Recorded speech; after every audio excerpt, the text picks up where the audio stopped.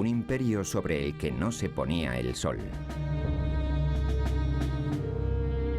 A finales del siglo XIX, España pierde sus últimas colonias, Puerto Rico, Filipinas y Cuba. Solo quedan unos territorios en África fruto de algunas ocupaciones durante el siglo XIX y de ciertos tratados internacionales suscritos a principios del XX.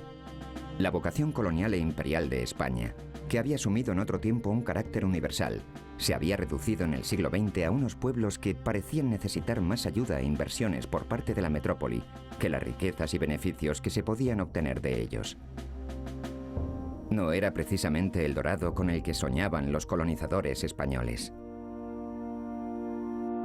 Estos territorios eran el protectorado de Marruecos y las que durante un tiempo fueron consideradas como provincias españolas, Ifni, el Sáhara Occidental y Guinea Ecuatorial.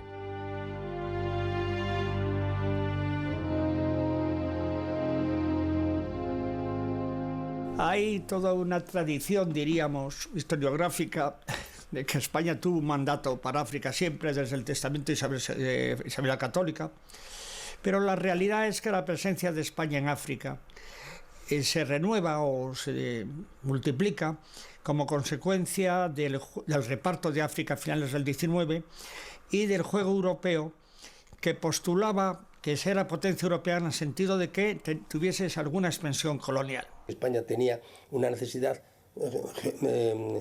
estratégica de ocupar una zona que estaba justo enfrente de Canarias, que por razones de pesca y por razones estratégicas, es decir, si en la costa que tienes enfrente se establece una factoría y esa factoría se amplía y termina por ser una base militar, pues resulta que tienes enfrente de las Islas Canarias una base militar, lo cual no te interesa. España tuvo colonias hasta 1975. Su política y su salida de ellas llevó a una guerra secreta, Ifni, a una de las dictaduras más sangrientas de África en Guinea Ecuatorial y a uno de los últimos enfrentamientos en la Guerra Fría, Sáhara Occidental.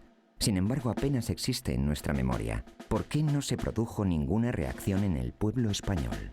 Porque había muy poco conocimiento en la opinión pública, no hay más que ver, aparte de que cuando realmente se planteaban problemas, se declaraba, ¿cómo se llama?, noticia reservada, no sé cuál era la terminología, conforme a la ley de Fraga, y desaparecía de los órganos de opinión, de los medios, todo. Se lo ocultó tranquilamente. Tranquilamente, hay una ley de censura y no se sabe nada, ya está, y no te enteras de nada. Hoy día sería más difícil porque hay teléfonos móviles y la gente habla y tal, pero entonces nada, ahí ni entraba la prensa o la prensa estaba censurada y la prensa publicaba lo que se autorizaba a publicar y nada más. Esa ha sido una de las razones de que me pusiera a investigar lo que había ocurrido, porque vivíamos como delante de un decorado, ¿no? Y, sentía la necesidad de ver qué había ocurrido detrás de ese decorado. Creo que han pasado algunos de los plazos que marca la propia ley y, sin embargo, hay documentos, hay secciones que siguen siendo materia clasificada. A partir del final de la Segunda Guerra Mundial y de la constitución de la Organización de las Naciones Unidas, y apoyado fuertemente por estas, se produce un movimiento de liberación e independencia por parte de los pueblos colonizados por los países europeos. Se estipula como inalienable el derecho de los pueblos a la autodeterminación de su independencia. A partir sobre todo de la Segunda Guerra Mundial, se toma la conciencia de que los africanos también son personas humanas y que también están sometidos a unas situaciones de vejación, de ocupación y de colonialismo, y por consiguiente se empiezan a tomar fuerza nacional e internacionalmente esos movimientos descolonizadores. El colonialismo que España practicaba en aquellos momentos era anacrónico, era injusto y era absurdo, iba en contra realmente de los tiempos. Pero España tarda en atender la serie de resoluciones de la ONU y otras organizaciones internacionales. ¿Cuáles eran los verdaderos intereses de España para retrasar su salida? En realidad, todos ellos suponían grandes desembolsos por parte del erario público español. Se trataba más de las posibilidades que ofrecían en un futuro de obtener determinados productos como petróleo, fosfatos, cacao o café, que de realidades concretas inmediatas. Lógicamente había intereses de otro tipo. Ya he hablado antes de digamos, de que Guinea satisfacía de alguna manera las apetencias imperialistas de ciertos dirigentes o de ciertas mentalidades o de ciertas ideologías españolas. Hombre, habría siempre razonamientos o racionalizaciones. Uno de ellos era la seguridad. No se podía permitir que una zona tan próxima y situada en un punto estratégico tan importante para el tráfico mundial como es el Estrecho de Gibraltar pudiese estar en desorden. Y bueno, los sultanes de finales del XIX, algunos de los sultanes de finales del XIX y principios del XX realmente no parecían capaces de establecer realmente un orden en partes de Marruecos. Y de intereses económicos, porque se consideraba que era un espacio vital para algunos países europeos. Y de ahí se puede explicar el interés manifestado tanto por Francia como España o como otros países como Inglaterra, Italia o Alemania. Hay que recordar que en aquella época los chavales teníamos que estudiar en el instituto una asignatura que se llamaba Formación del Espíritu Nacional. Eso dice muchas cosas. Y yo creo que era más por eso que por motivos económicos, porque las dos riquezas que hasta entonces se habían encontrado en el territorio, que era por un lado los fosfatos, en los primeros años no habían sido todavía encontrados los yacimientos, y cuando empezaban a rentabilizarse fue cuando llegó el momento de la partida. Entonces fue un negocio deficitario para España. Y luego respecto a la pesca, España nunca controló las aguas y allí faenaban barcos japoneses, chinos, coreanos, rusos, todos a su aire. Yo no creo que es solamente gastar. Hay quien dice que está gastando, pero yo diría en esos años ya empieza a cosechar resultados. Eso yo creo que solamente con los bancos de pesca en el caladero saharaui canario se sustituyen todos los gastos que se pueden gastar en el territorio. Los mandos del ejército franquista tenían una mentalidad colonial. El propio Franco había hecho buena parte de su carrera en Marruecos. España convierte en provincias los territorios africanos durante un tiempo, manejando la posibilidad de mantenerlos bajo su control, en un intento de ser aceptado por Naciones Unidas, aun en contra de sus dictámenes. Mientras, en las distintas colonias, nada cambia. Los ciudadanos autóctonos siguen siendo tratados como ciudadanos de segunda. En Guinea, el Estatuto del Indígena incluso legaliza esa realidad, diferenciando entre los llamados no emancipados y emancipados. Estos últimos gozaban de privilegios tales como poder cocinar con aceite de oliva o tomar bebidas alcohólicas. Alegremente, los morenos se entregan a la tarea, poniendo en juego sus dotes de habilidad y el hábito de un trabajo constante, manejando con fuerza y soltura las pértigas. La ley considera a los negros como menores de edad y les somete a protección, amparo y tutela. Las transacciones comerciales entre los tan blancos y los zut negros solo están permitidas en los mercados que bajo la debida vigilancia y fiscalización se efectúan en fechas y lugares fijos. Los negros cumplen aquí sus misiones como expertos. Con los años la situación en las colonias mejora, pero no deja de ser una fachada para retrasar la salida de los territorios. Sus habitantes comprenden tales intenciones y comienzan a exigir su independencia. Las niñas morenitas recitan largamente su tirada de versos que encierran palabras afectuosas y el sentir de toda la población. Se ha dicho muchas veces que sí, el paternalismo, el colonialismo español se distinguió por su paternalismo. Y es cierto. Los europeos vivían entre los europeos y los nativos vivían entre los nativos. Había poco contacto entre ellos en Ifni. El Sáhara era como un gran cuartel y funcionaba como un gran cuartel. La presencia militar, lógicamente, era mayoritaria, de forma que las familias de los jefes y oficiales tenían unos centros de ocio distintos a los de las familias de los suboficiales. No nos llevamos mal con los saharauis. La colonización española ha sido una colonización de convivencia bastante profunda y ha pesado más las buenas relaciones que teníamos. No formábamos a la población, no teníamos los saharauis universitarios, no les dábamos muchas becas, pero no era una lucha como ha sido la lucha de liberación contra Portugal o en Argelia contra Francia. Es un pueblo que ha vivido en armonía total con lo que es los españoles que vivían en ese territorio, especialmente cuando se trata de civiles y generalmente también los militares, aunque ha vivido como tercera categoría, o sea que habían 3 categorías en el territorio. No se trata de hacer una historia sesgada, no se trata de ser maniqueo, no, se trata simplemente de contar la realidad. Por ejemplo, a la altura de 1968 había pueblos en Guinea que tenían luz eléctrica y en España no. Eso yo lo he visto con mis ojos.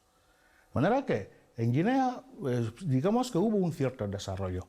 Yo no sé si merece la pena, para mí siempre será la duda eterna, de si esos beneficios que aporta la colonización, que evidentemente abre África al mundo y aporta otra serie de valores, si son equiparables o si son, digamos, comparables con la libertad que perdimos los africanos con el hecho colonial. Creo que en la historia de todos los países, pero en la historia de España hay 3 momentos cumbres que son vergüenzas históricas. Es decir, uno, la participación que España tuvo en la esclavitud. La segunda es los soldados de cuota. Y otra vergüenza histórica, para resumirla, pues es la entrega vergonzosa del Sáhara. Es decir, la entrega a un país que ha confiado en ti, al cual le has prometido y el cual tiene derecho a exigir que tú le defiendas, pues le abandonas y le traicionas de esa forma. Pero no nos adelantemos a los acontecimientos. Comencemos desde el principio.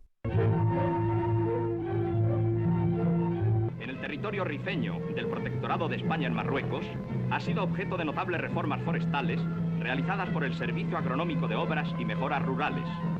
Así se lo hacen presente al Teniente General García Baliño en este acto celebrado en Acib de Midar. Es un sistema del protectorado, da derecho a una potencia extranjera de gestionar administrativamente un país sin que éste dejara su soberanía y sus prerrogativas.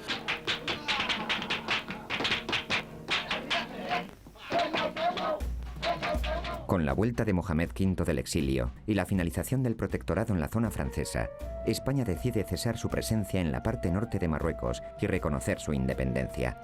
Es una salida lógica dentro del contexto internacional y del deseo de darse un trato singularmente amistoso entre los 2 estados. El fin del protectorado se firma el 7 de abril de 1956.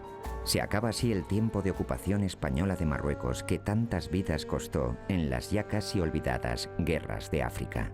Surge entonces la tesis del Gran Marruecos, defendida por el líder nacionalista Alal El Fassi, que sería adoptada por Mohamed V y llevada ante las Naciones Unidas. El Gran Marruecos comprendería todos los territorios españoles en la zona, así como Mauritania, gran parte de Argelia y de Mali, y llegaría hasta el río Senegal. La primera víctima fue Ifni. El territorio de Ifni pertenece al África Occidental Española. Tiene una superficie de 1.500 kilómetros cuadrados y 130 kilómetros de frontera que le separa del Reino de Marruecos. Tierra sin cultivar, edificios de adobe y un nivel de vida y de cultura casi al margen de la historia encontró España en Ifni. Allí está desde principios del siglo XV y hace poco más de 20 años que fue ocupado materialmente, habiendo desarrollado nuestra patria en este tiempo una intensa labor de progresos sanitarios, técnicos y administrativos que fueron apreciados y agradecidos por los bajamaránís y envidiados por las tribus colindantes.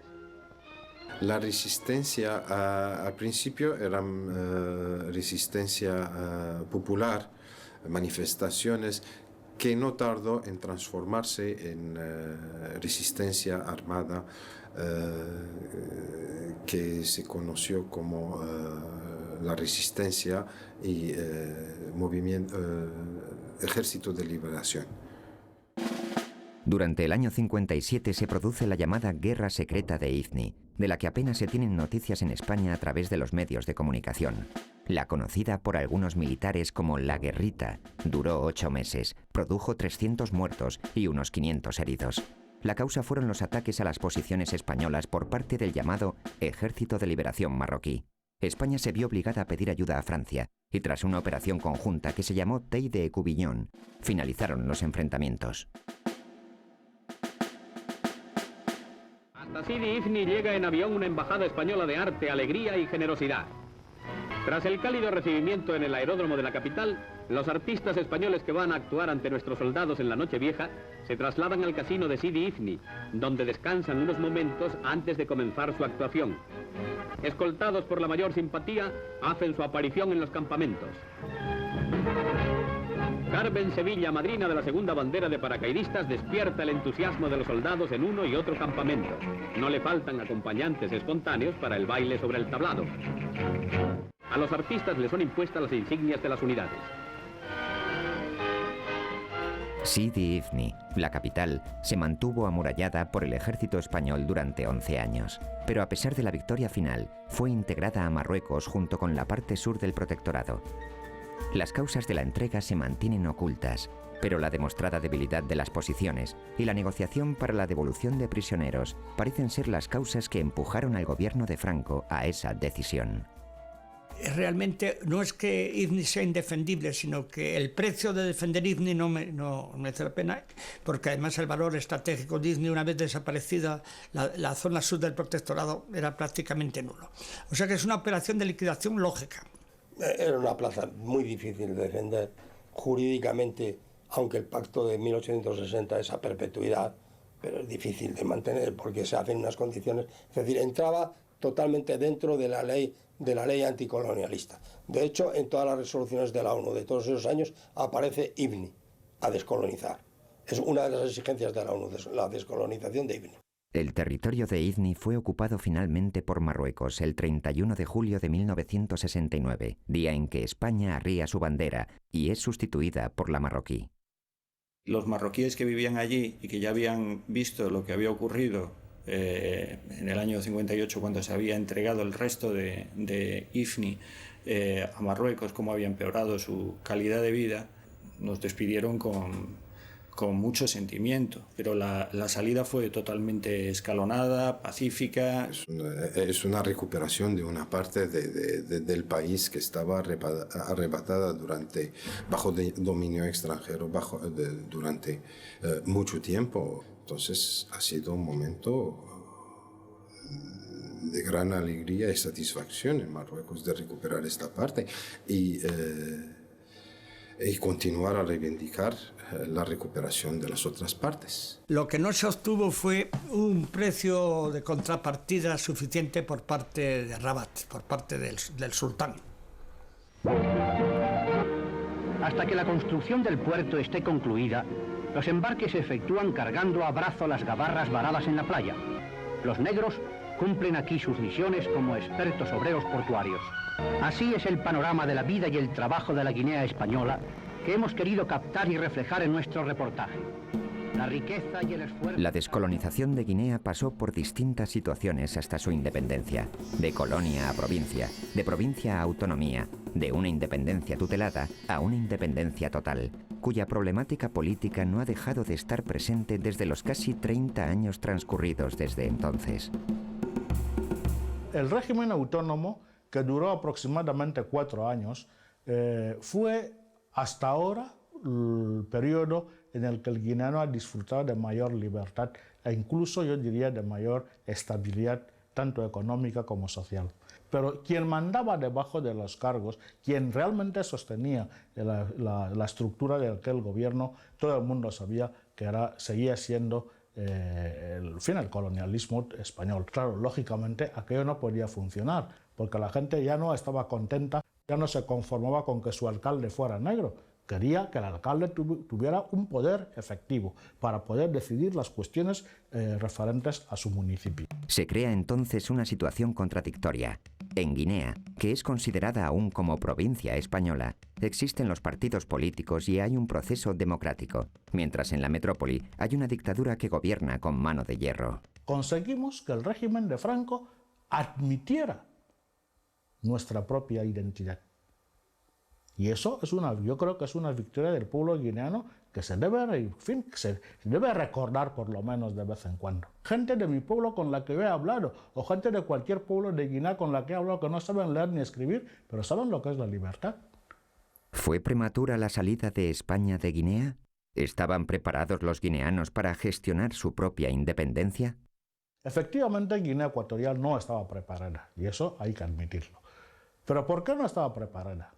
En los términos en los que lo decía España. Pues no estaba preparada porque había 2 o 3 médicos, y si España no había preparado se habla de 200 años, son algo menos en la historia real, pero en fin, en todo el periodo en el que España estuvo en Guinea, si solo preparó a 2 médicos, pues es lo que había. Si había solamente 1 o 2 abogados negros, pues es lo que había. Tampoco se podía esperar indefinidamente hasta que todos los guineanos fueran licenciados y doctores para darnos la independencia. Era una exigencia inmediata que tenía que producirse en aquel periodo histórico, y yo creo que fue perfectamente justificada, y los plazos, si en algún momento se puede decir que no fueron adecuados, en mi opinión serían no adecuados porque se retrasaron demasiado.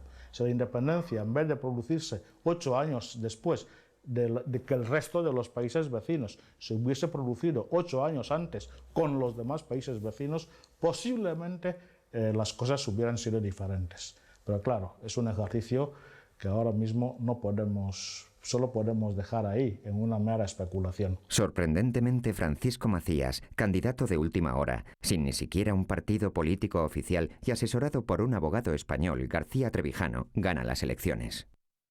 ¿En qué se basa la campaña electoral de Macías, asesorado por Trevijano? En llegar a un pueblo, pues cualquiera, y decir: ¿veis esa casa? Pues si me votáis a mí será vuestra, y echaremos a ese. Esa textualmente. Claro, con una campaña así, pues lógicamente arrasó. Bueno, no arrasó tanto, porque a Macías luego veremos en las votaciones, en las actas de las votaciones, en su región y en su pueblo no le votan. Pierde en su pueblo, la gente que más le conocía.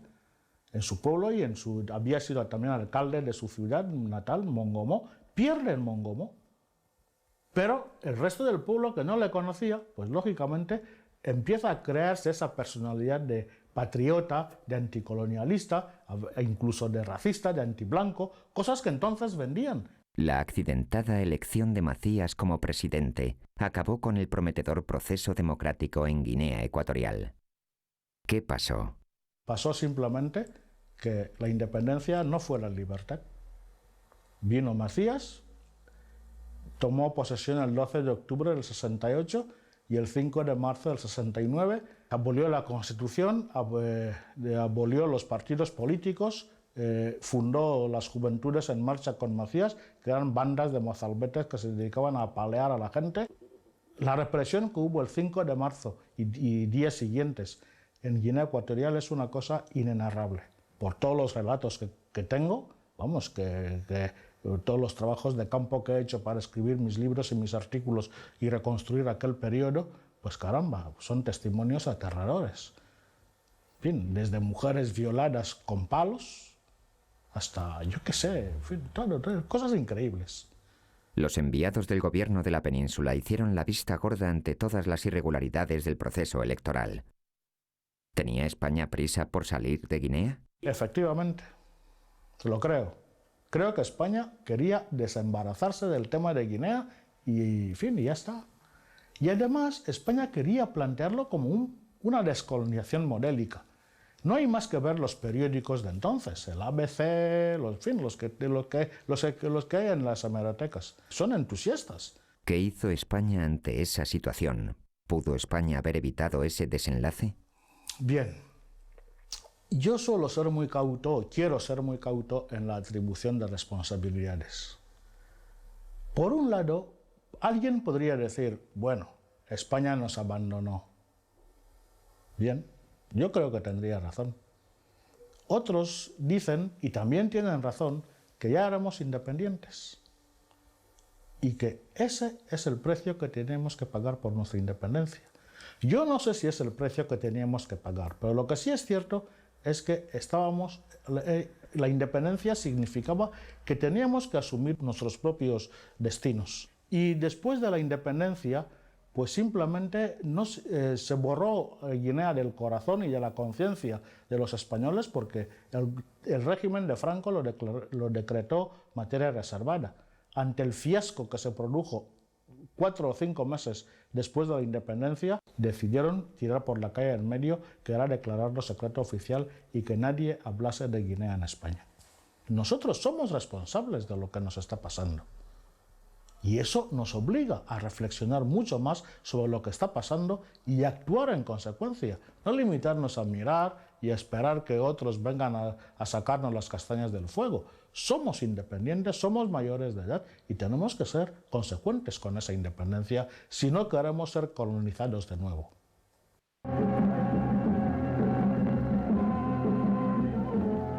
El Aaiún es la capital de la zona central del Sáhara y punto de concentración de las tribus nómadas. Las modernas edificaciones que forman la ciudad contrastan con las jaimas indígenas. El generalísimo y el séquito que le acompaña son cumplimentados por el capitán general de la región y el gobernador del África Occidental Española y otras autoridades. Revista las tropas del tercer tabor de tiradores que le rinden los honores debidos. La multitud prorrumpe en vítores a España y a Franco, mientras las baterías de montaña disparan las salvas de ordenanza. España es el único pueblo sobre la tierra capaz, como el caballero de la triste figura, de estas grandes empresas de redimir a un pueblo y ayudarle sin pedirle nada más que una sonrisa, dice el generalísimo a los saharianos que le escuchan. Explica Franco a los indígenas cómo España les aporta el progreso de la civilización y todos los bienes que dispone para procurar la salud y aliviar el dolor. El Sáhara entra en conflicto entra en relación con otro tema esencial, que ya no es un tema colonial, es un tema de relaciones de vecindad y de poder y de historia inmediata, que es Marruecos. Y Marruecos llevó la cuestión de Ifni y del Sahara ante las Naciones Unidas. Ahí empezó el temor saharaui de que es que no se está negociando a nuestras espaldas nuestra venta, nuestra entrega, que no somos marroquíes ni queremos serlo. Siempre nos habían dicho que había que ayudar a los saharauis para dejarles que fueran independientes. La opinión pública internacional exigía el abandono de España de la zona. Exigía que celebrara un referéndum y tuvo tiempo para celebrarlo. No lo celebró cuando pudo hacerlo, cuando el territorio estaba en paz, y cuando quiso hacerlo ya no podía celebrarlo porque lo que le exigía a todo el mundo era que abandonara el territorio. Los retrasos en atender las demandas del Comité de Descolonización de Naciones Unidas, también llamado Comité de los 24 sobre la independencia del Sáhara, hizo que el pueblo saharaui se movilizara. El 17 de junio de 1970 se organizó una manifestación pacífica para presentar a los representantes coloniales sus reivindicaciones. El general gobernador de la zona organiza una manifestación para protestar por la injerencia extranjera en los asuntos internos de España. Esa forma, esa retórica tan al uso y tal. Y pretenden que los saharauis participen en esa manifestación.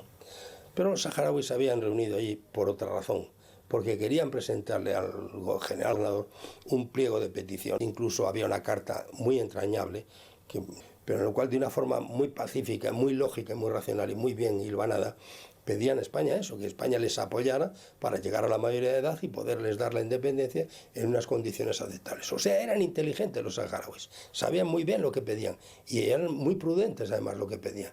No eran nada, en ese sentido no eran nada revolucionarios como se les ha querido presentar. El general gobernador del Sáhara envió una compañía de la Legión a disolverla. Creo que la intención era reprimir de forma definitiva, contundente, esa voluntad y ese nacionalismo. Entonces hay que desarraigarlo totalmente incluso de las mentes de la gente. Entonces hay que golpear fuerte. Los saharauis no estaban por la labor en aquel momento y las cosas se complican. Aquella unidad que se forma a trompicones, cogiendo un soldado de aquí, otro soldado de allá, pues es recibida a pedradas o no es recibida a pedradas, que ya te digo que no sé exactamente, parece ser que sí, y lo lógico es pensar que sí, que llega por allí algún chaval con una piedra y empieza a tirar piedras.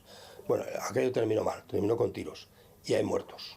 Este hecho tuvo dos consecuencias inmediatas. La resistencia saharaui se radicalizó y su líder, Basiri, fue detenido, torturado y muerto a manos del ejército español.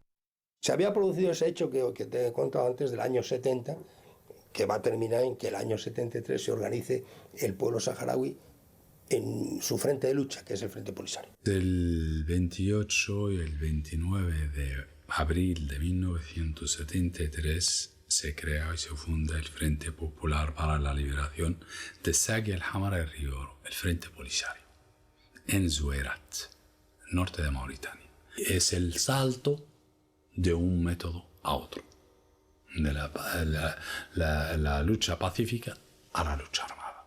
Entonces, a partir de ese momento, el Frente Polisario empieza ya una lucha contra España que ocupa el Sáhara y que ellos mismos ya se han dado cuenta que España no les va a dar la independencia por la vía pacífica que ellos querían. Marruecos gana su primera batalla al conseguir que el Tribunal Internacional de Justicia de La Haya tome a consideración su consulta sobre el Sáhara. En primer lugar, porque da una cierta validez a sus pretensiones. En segundo lugar, le permite ganar tiempo. Hassan II, que era mucho más listo que todos los demás que hay por aquí, se compromete a que si aquellas tierras, antes de llegar los españoles, no eran de nadie, pues bueno, que acepta aquella situación. Pero si aquellas tierras estaban ocupadas por poblaciones que eran afines a Marruecos, tal, pues que entonces aquello es tierra de Marruecos y persistirá en su reivindicación. La respuesta, la opinión del tribunal ha sido muy clara, que en el momento de su colonización por España, el territorio era un territorio habitado por tribus nómadas organizadas que tenían relaciones con Marruecos. Pero el Tribunal Internacional de La Haya dictamina clarísimamente que efectivamente, cuando llegaron los españoles, aquellas tierras estaban ocupadas por gentes organizadas administrativamente, con autoridad, sobre unas poblaciones, y que esas poblaciones no habían tenido nunca una relación de subordinación jurídica con el sultán, sino simplemente eso que te explicaba antes, esa relación pseudo-religiosa.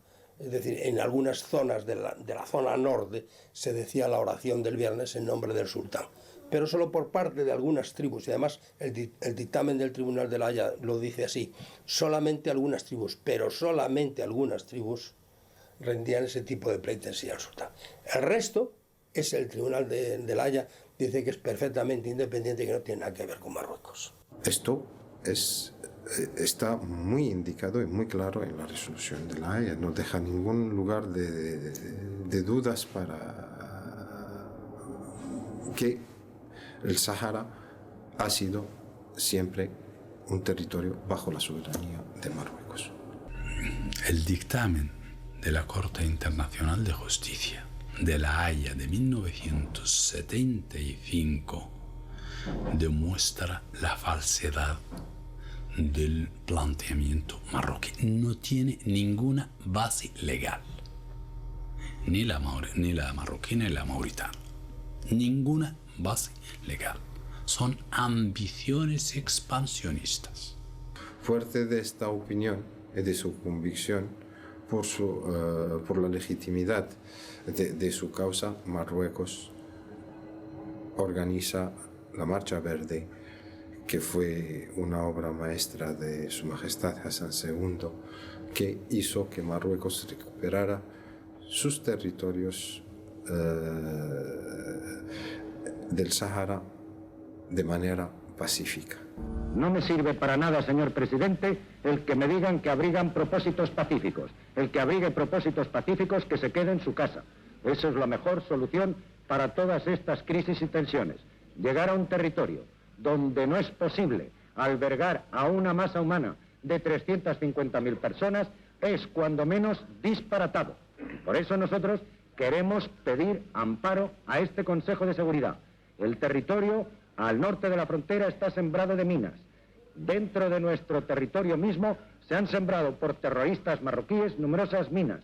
Nosotros queremos prevenir antes que reparar. Quisiéramos que Su Majestad el Rey de Marruecos desista de esta proyectada invasión. Yo he leído y sé que la Marcha Verde estuvo preparada con antelación. no solo con antelación, sino que estuvo estratégicamente, logísticamente preparada, con puntos de abastecimiento, de suministro de alimentos, estratégicamente situados para dar de comer a las poblaciones que iban a venir. Todo eso estuvo perfectamente organizado. Marruecos convenció a sus principales aliados de su necesidad de anexionarse el Sáhara. Bien, tenían en contra la legalidad internacional.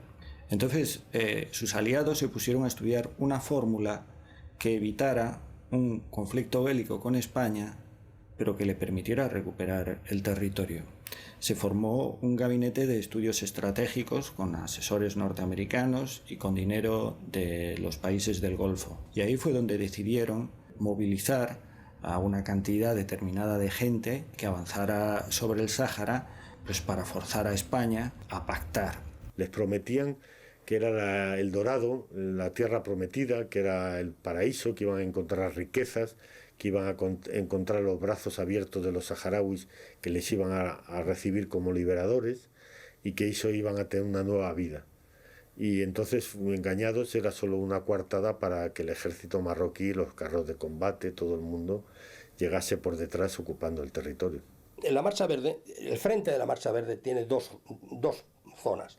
Una, la que es más cercana a la costa, que es por donde entra la marcha de los 300.000, esos que dicen que era aquello, que tampoco creo que fueran 300.000, pero bueno, toda esa gran masa, y es donde están los campos minados. Y eso es la Marcha Verde mediática, la que sale en la televisión, en las fotografías, los helicópteros y tal. Pero hay otra Marcha Verde que ha quedado ignorada, que es la que se está realizando ya por los puestos de atrás de Magbes, hacia la zona de Trap, donde esos puestos los está entregando España al ejército. Entonces se ha presentado la Marcha Verde. No, es una marcha pacífica de una multitud que va con el Corán. Eso es mentira. Eso es una parte. La gran parte de la Marcha Verde es el ejército marroquí que va entrando por el oeste y va ocupando todos los puestos. Esa es la verdadera Marcha Verde. Marruecos entra de la manera más pacífica que se puede imaginar al territorio. Mentira. Eso es para desviar la opinión pública internacional. Ahí se estaban cometiendo masacres en esas ciudades. Marruecos entra a sangre y fuego por la parte oriental del territorio. Ellos solo tienen orden de respetar a los militares españoles, a los españoles, y de eliminar al resto, porque entienden que el resto es resistencia. Se producen asesinatos, violaciones de mujeres ante sus familias. Bueno, ¿qué ocurre? Que decenas de miles de saharauis huyen hacia la frontera. Entonces Marruecos los bombardea con napalm y con bombas de fragmentación. Y ahí mueren pues decenas de personas. Se llega a hablar de 500 niños cada día muertos en los bombardeos de napalm, de fósforo, cuando huían los saharauis por el desierto, huyendo de las ciudades, cuando entraba a Marruecos el ejército marroquí. Ten en cuenta que los jóvenes estaban combatiendo y que los que huían eran sobre todo ancianos, mujeres y niños. Me permito hacer referencia a los documentales. Estamos a 30 años de distancia de este evento histórico, verdaderamente un evento histórico que ha sido muy bien documentado, y usted puede regresar a los acervos de la época y ver cómo se desarrolló la Marcha Verde y quién la llevó, y cómo esta gente que marchó en esta gran empresa iban apenas con lo suficiente para dormir en una mochila, y llevaban una bandera de Marruecos y el libro sagrado de los musulmanes, que es el Corán, en la mano. Y yo, nadie hasta el momento acabo de escuchar que hubo otros elementos que no sean estos y otros instrumentos que fueron utilizados. Pues en esto la documentación existe gráfica que le puede sacar de dudas en este sentido. El 31 de octubre de 1975 se invade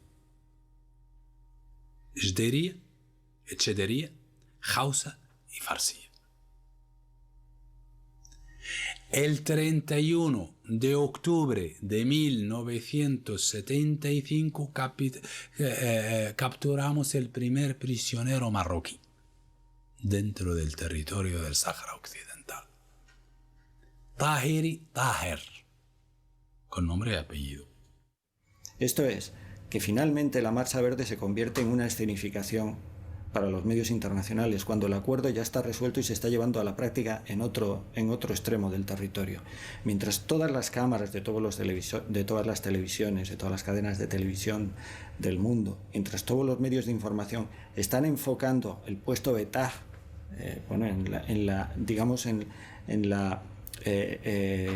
en el lado occidental de la frontera norte, en el lado oriental se están produciendo unos combates violentísimos y los marroquíes están entrando a sangre y fuego, y desde el sur están entrando con muchas más dificultades los mauritanos.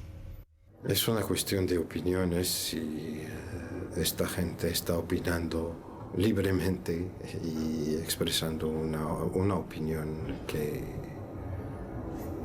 no sabría decirle su opinión. No estoy teorizando ni fantaseando. Puedo aportar los documentos que testifican, que demuestran esto que estoy diciendo. Yo quiero hacer una salvedad, ¿no? Para la gente, si es que esto va a figurar luego en el conjunto de eso, que la gente sepa que yo he venido aquí a pecho descubierto, sin notas, sin haber leído y sin siquiera saber lo que me ibas a preguntar. O sea que todo lo que yo estoy diciendo lo siento, lo vivo, creo que es cierto todo lo que digo y es posible que me haya equivocado en alguna cosa, por lo cual pido disculpas, pero me parece que me he equivocado en pocas cosas. Recuerdo todavía el ambiente del Sáhara, del Ayun, el siroco del desierto, los vientos con arena, el ambiente del zoco nuevo del Sáhara. Y recuerdo muchos días a los saharauis y todavía esas imágenes de hace 30 años todavía las tengo muy presentes. La situación política en España es la siguiente. Franco está muy enfermo. El actual rey de España, entonces jefe de Estado en funciones, no puede tomar decisiones. Arias Navarro, presidente del gobierno, dimite despechado tras la visita de Juan Carlos a El Aaiún. Ante un conflicto diplomático y militar de primer orden, se produce en España un vacío de poder. La negociación queda entonces en manos de don José Solís Ruiz. Resulta extraño que sea el ministro secretario general del Movimiento Nacional el que lleve este asunto, en detrimento de Cortina, de Asuntos Exteriores o de Carro, de Presidencia. Pero extraña aún más, teniendo en cuenta que Solís era el administrador de los bienes de la Casa Real marroquí en España. Además, no se informa a los representantes en la ONU ni a los militares. Que todavía todos nuestros soldados están extrañados que aquí quiere esta gente. Estamos extrañadísimos de que quiere esta gente que viene andando por ahí. En esa situación se firman los acuerdos tripartitos de Madrid, por los cuales España sella su salida del territorio. Y de la noche a la mañana se firmaron los acuerdos tripartitos de Madrid. Esos acuerdos eran una transacción económica en la que España, incumpliendo esas promesas que había hecho a los saharauis, entregaba el territorio y sus riquezas a Marruecos y a Mauritania. Los tratados internacionales no pueden considerarse legales si se contradicen con el derecho internacional. Y el derecho internacional, los acuerdos tripartitos de Madrid se contradicen con él en el momento en que no es aplicable el derecho a la autodeterminación del pueblo saharaui, que forma parte del derecho internacional. Yo he censurado y he cargado mucho las cintas en contra del gobierno y se lo merece. Fue un gobierno traidor que no lo hizo bien y dejó abandonados y tirados, no abandonados y tirados, vendió a los pobres saharauis en manos de Marruecos. A medida que va pasando el tiempo y te vas enterando y vas viendo además luego la ejecutoria de cómo se están comportando los políticos, aquellos políticos que en un momento determinado hicieron o dejaron de hacer, te vas dando cuenta y empiezas a ser un poco más, no justo, pero por lo menos más comprensivo. Y efectivamente, España se le presenta una papeleta terrible, Por un lado, el líder suyo, el gran líder suyo, que era Franco, prácticamente ya no cuenta, porque está en la cama y ya no cuenta para nada. Hay una perspectiva oscura, no se sabe qué va a pasar. Hay una gran convulsión en el país, no se sabe qué va a pasar. Se prevé una gran inestabilidad.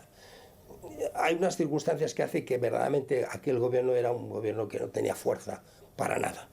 Y es perfectamente comprensible que ceda a esas presiones. Y entonces, de una forma camuflada, pues que ceda. Era un momento muy difícil para España. La verdad es que en ese momento era el 75, la transición democrática. El 20 de noviembre moría Franco y el 14 de noviembre se firmaban los acuerdos de Madrid. Pero ni con esa situación difícil, España, y nosotros que lo vivimos de cerca, tenía que haber hecho lo que hizo, que ha sido una mancha en nuestra historia que será muy difícil limpiar. Que se diga claramente, España no pudo resistir la presión de los países occidentales. España tenía unos intereses que pensó que se debían de poner por encima de los derechos. Y lo digo yo, que fui militar o era militar, y sé el sentir de mis compañeros lo que sintieron en aquel momento. Es injustificable. España tenía unos deberes que cumplir, que no los cumplió. Es decir, España tenía que haber puesto por delante la defensa de los derechos del pueblo al cual había colonizado. Fue una entrega vergonzosa, que se rindieron a las presiones occidentales o a intereses espurios, porque da lugar a sospechar cualquier cosa. En realidad España lo que hizo fue pactar su salida con Marruecos para evitar un enfrentamiento en el que, eso sí es cierto, estaría sola. Había hecho méritos importantes para quedarse sola. Había hecho todos los méritos, había aprobado el examen y le habían dado matrícula de honor. Se queda usted sola, aquí tiene la matrícula. ¿Me comprendes? Ese es el asunto. Y entonces fue cuando empezó a mirar alrededor. ¿Me apoya Argelia? Y Argelia dice, ustedes abandonen el territorio, Bouteflika, ¿no? ¿Me apoya el Polisario? Y el Polisario dice, nosotros estamos con la independencia y no sé qué, no sé cuánto. Estados Unidos, nosotros estamos con Marruecos, que es nuestro aliado. Francia, con Marruecos. ¿Me entiendes? Entonces, ¿qué podemos hacer? No nos queda más salida que pactar con Marruecos. Entonces, es decir, el ejército se da cuenta de que se ha estado jugando con él, se la está utilizando en una política poco limpia, poco clara. Es más, incluso en el libro este de Tomás Bárbulo, que antes hemos mencionado, hay una secuencia muy interesante en la cual un capitán, hablando con el general, le dice, pero mi general, ¿esto qué es? Que por la mañana nuestro amigo son los marroquíes y nuestro enemigo el Polisario. A mediodía han cambiado las cosas y pasa a ser lo contrario. Es nuestro amigo el Polisario, pero luego son los marroquíes. Y que el propio general le dice, pero ¿tú qué te crees? ¿Que yo sé algo de todo esto? Es decir, que él mismo está en la ignorancia. Y entonces Juan Carlos tomó la decisión de ir al Aaiún y entrevistarse con los militares y decirles que no se preocupasen, que España respetaría siempre la dignidad, el honor del ejército español y que se respetaría los derechos y los deseos del pueblo saharaui. He escuchado el discurso del rey o del príncipe en el Aaiún y pocos días después veo todo lo contrario. Creíamos que íbamos a defender a los saharauis y fue lo contrario. Se alambraron los barrios saharauis, se les quitaron la gasolina de sus coches, se les cacheaba y éramos nosotros los mismos, compañeros de ellos, los que les impedíamos que salieran y huyesen de las ciudades para que entregárselos a Marruecos. Y los militares españoles estaban indignados y amargados. Su último acto así simbólico cuando se fueron fue pintar en el fuselaje del avión que se llevó a los últimos viva el Frente Polisario. ¿Era factible la oposición militar a la invasión de Marruecos y Mauritania? Que las cosas no se planteaban tampoco en esos niveles. Es decir, o esto o guerra. No, tampoco era así. Es decir, había otras posibilidades. Había la posibilidad de decirle que no a Marruecos. Ya está. Pero es que necesariamente si le dices a Marruecos que no en algo, ¿es la guerra? Es que hay muchos países que le han dicho que no a Marruecos, entre otros Argelia, y no está en guerra. Y la misma Mauritania ahora también se ha enfrentado con Marruecos y no está en guerra. Ella ha reconocido al Frente Polisario y no está en guerra. ¿Por qué lo que España dijera con Marruecos o eso necesariamente iba a ser la guerra? Tampoco. ¿Por qué? Aparte te voy a decir una cosa. Cuando Marruecos llega hasta la frontera es porque sabe que España no va a entrar en guerra. Porque si Marruecos tiene la mínima sospecha de que España se va a defender con uñas y dientes, no va hasta allí. Entre otras cosas, en aquel momento el ejército español era mucho más poderoso. Kulbargen dio una acción a España, un plan que consistía en que 10.000 de los soldados que estábamos en el Sáhara pasásemos a depender de las Naciones Unidas, nos pusiéramos el casco azul, los cascos azules de la ONU, y tuviéramos durante un periodo transitorio la defensa del territorio para celebrar el referéndum de autodeterminación para que los saharauis decidiesen su futuro. Pero este referéndum, ¿en qué sentido iba a realizarse? ¿Para qué? Y por eso los argumentos que pone el señor Carro o el mismo Solís Ruiz, esos son de ese tipo. Es que no había otra salida, es que no había otra cosa que hacer, es que no podía ser una guerra antes que ni una gota derramar ni una gota española. Es decir, ese tipo de argumentos. Esos no son argumentos creíbles. Hay que decirles y mirarles claramente a los ojos que esa gente que era española, que tenía DNI español, ha derramado litros de sangre de todo el pueblo saharaui y también del pueblo marroquí. 30 años de sufrimiento, 13 años de guerra, miles de muertos saharauis marroquíes, no valían el que España hubiese hecho el esfuerzo de intentar arreglar las cosas sin entregar a todo un pueblo atados de pies y manos a Marruecos. ¿Por qué abandonamos a los saharauis? ¿A qué se debió este cambio del gobierno español en contra de la resolución de la ONU que pedía un referéndum para la autodeterminación del pueblo saharaui? Los intereses de empresas, de bancos, se ha llegado a hablar de familias importantes, el Banco Urquijo, los Fierro, la Banca March, intereses empresariales también, de algunos negocios que tenían, ligados, a veces se ha hablado con don Juan de Borbón. Yo creo que confluyen muchos intereses. O sea, tenemos que recordar que estamos en una época que todavía está vigente la Guerra Fría, que el Frente Polisario es un movimiento de inspiración socialista y naserista, que Marruecos es el bastión de Estados Unidos en el Magreb, de Estados Unidos y de Francia. Sabíamos que el Sáhara tiene muchas riquezas, sabíamos de los fosfatos de Bucra, de la pesca, y sabíamos que estaban cotizadas. Yo recuerdo uno de los argumentos de los defensores de la entrega a Marruecos del Sáhara, de los defensores, de los miembros del gobierno defensores, era: queremos tener un régimen marxista a 100 kilómetros de Canarias.